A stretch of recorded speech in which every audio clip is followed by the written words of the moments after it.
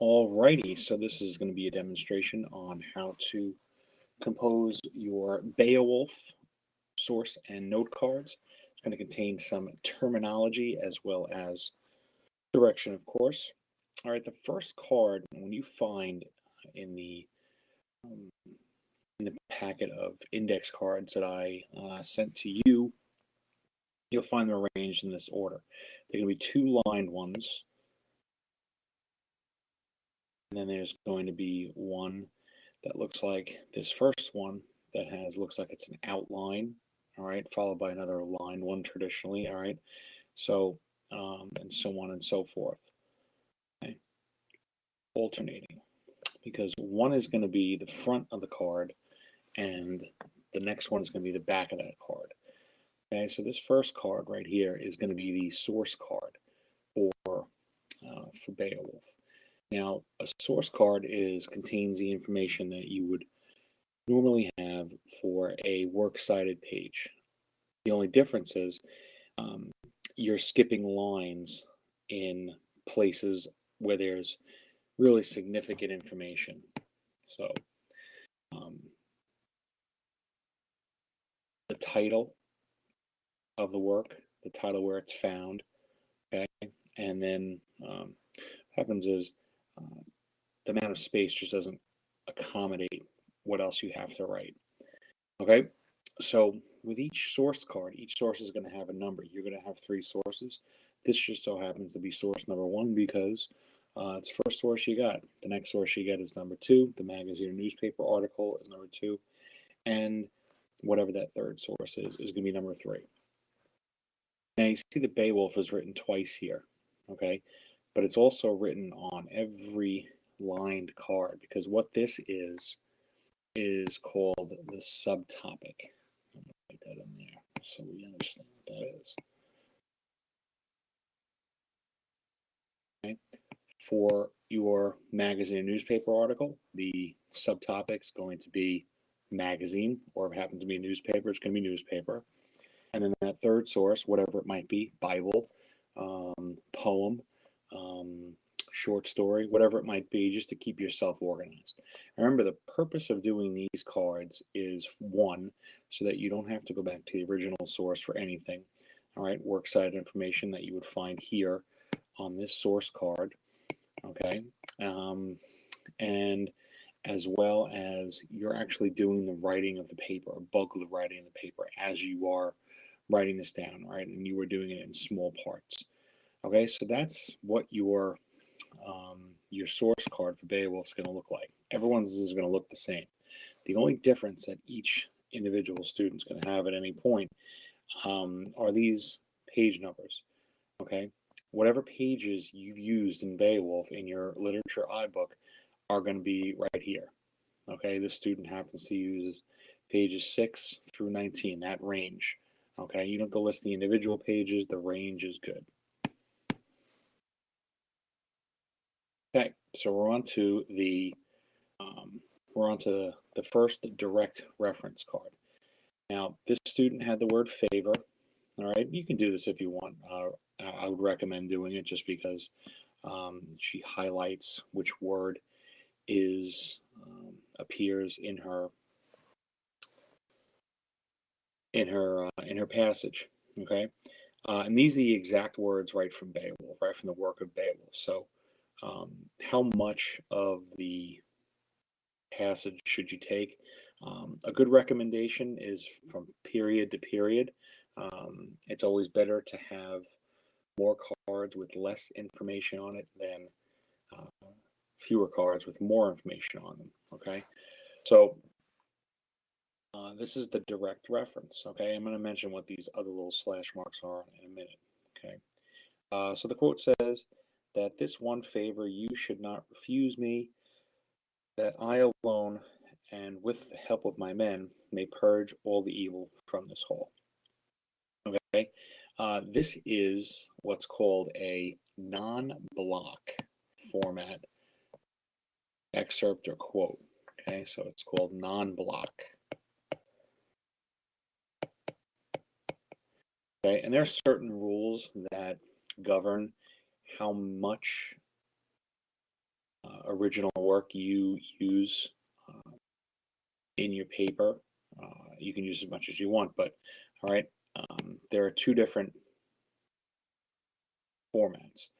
Okay, there is verse, which is this, all right, which is what Beowulf is. Okay, and then there's prose. Okay, verse has countable line numbers. Okay, prose, no line numbers. Okay, with verse, if you choose to take 4 or more lines, you make what's called a block quote, and you're going to see a block quote later. Okay, prose has no line numbers. All right, what this student had is she had 3 lines, and how do we know that? We know that because there are these 2 slash marks. Okay, and slash marks, when you're using a non-block quote or format quote, you use the slash marks to indicate the end of a line of poetry or verse or Shakespeare or Beowulf, right? Anything that has a countable line number um, in its source, all right, in its original source. Okay, so that's her quote. Favor is included. It's a direct quote. Okay, this is done so that it reminds you that this was a direct quote, not a summary, not a paraphrase. Okay, and then these are the parentheses. All right, what is part of MLA format, Modern Language Association format, is to document your sources using what are called parenthetical citations, and that's what this is. Okay, and the way this is documented, the way Beowulf is documented, because it has no author, is it is documented by Beowulf, and it's underlined. Okay, you can see that underlined, and then the line numbers are given. All right, this quote or this quoted material comes from lines 164 to 166.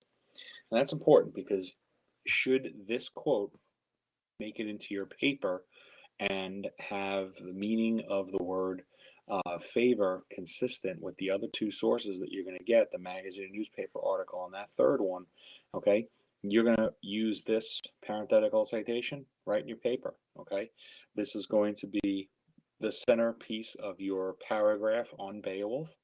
Okay, so that is that first direct card.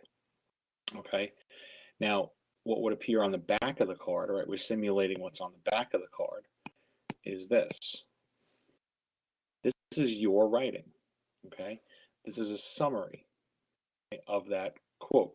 Okay, you can call it a summary, you can call it a paraphrase. I'm not going to get wrapped up in semantics because it is a summary of what happened. It is a paraphrase. Okay, so if you read along, Beowulf says this quote: as he stood before Hrothgar, the king of the Danes, he is requesting to purge the mead hall of its evil, Grendel, with the help of his men. In this context, the word favor has to do with Hrothgar's approval of Beowulf's request. All right, so that's going to be that's a good quote. Right, the word favor has to do with Hrothgar's approval of Beowulf's request. It's kind of strange that Beowulf is making the request to do this deed. Okay, so a lot of times a favor would be, hey, can you do something for me that I'd rather wouldn't do on my own? But Beowulf is saying, hey, let me do this favor for you. Well, we know that Beowulf is looking for the fame and the glory, so it really is a favor for Beowulf to do. So if you had a similar quote, all right, you may want to delve a little bit deeper into that, and that might be a tough, scenario to find in another work. But if someone is thinking about a favor, let me do you this favor, or do me this favor, allow me to, give show my generosity. Okay, and that's very possible. You'd find out another source. All right, and that's really it. All right. Of course, you're going to When you introduce this in your paper, you're going to be giving some reference here, okay, beforehand, all right? And once we get to that part, I'll show you a paper that has done it very well. All right, this next example of favor has the word mercy in it, so that's a synonym, okay? Again, we have a non-block format, all right, indicated by the slash marks. All right, this comes from lines 332 to 334. All right, there's an explanation. And by the way, still source one. Okay, and again, this was source one. Everything matches. All right, so there's an explanation there, and you can look at that. And also, what's important to note is that 332, 334, all right, this matches these line numbers, as does 164 to 166. Okay, matches the direct from this. Okay, so on and so forth. All right, there are lots of, right, this was only 2 lines. All right,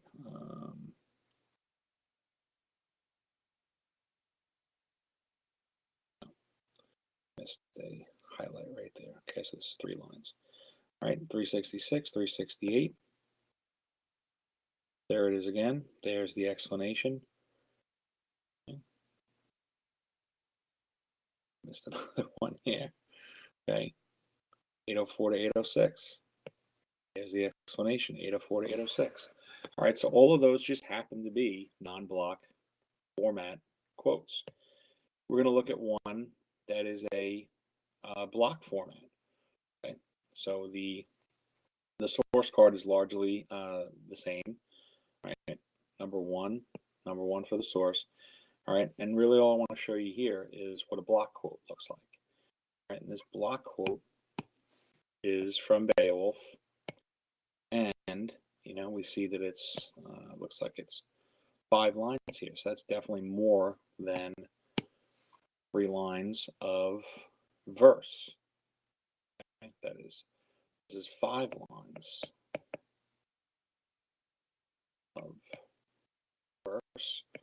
So you're going to have a block quote.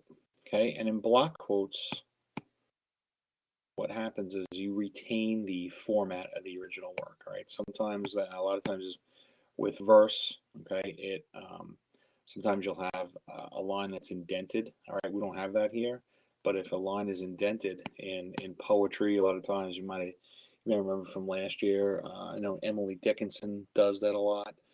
She'll indent a line. It's called enjambment, okay, for a literary term, but it's called enjambment, and you want to retain the original format of the original work, or the format of the original work. All right, so this student's word was throne, Throne. Okay, we see it's a direct quote. Comes from Beowulf, lines 81 through 85. On the next page, that student does a really good job of explaining. All right, she got a very good grade on her paper.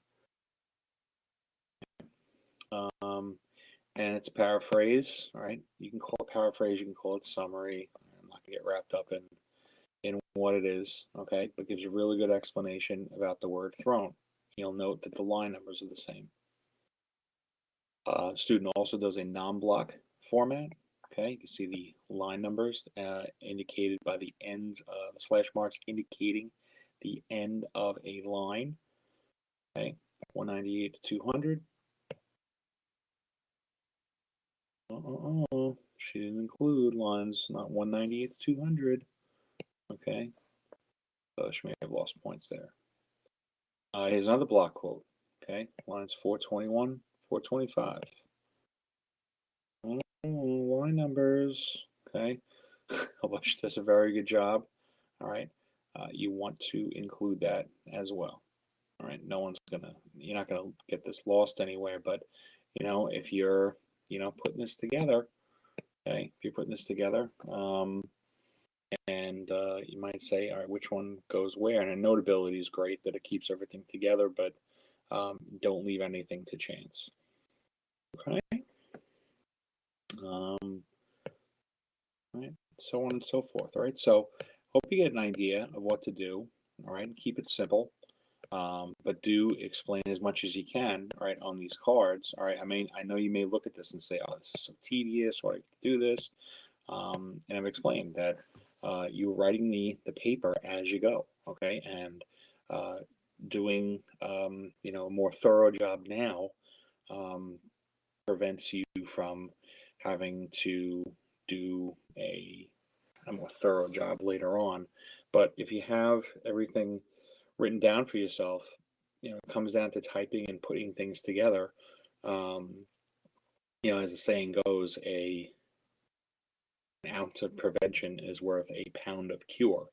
So, you want to put forth a good effort here now, all right, and then not be stuck. And that's another big thing when students get stuck.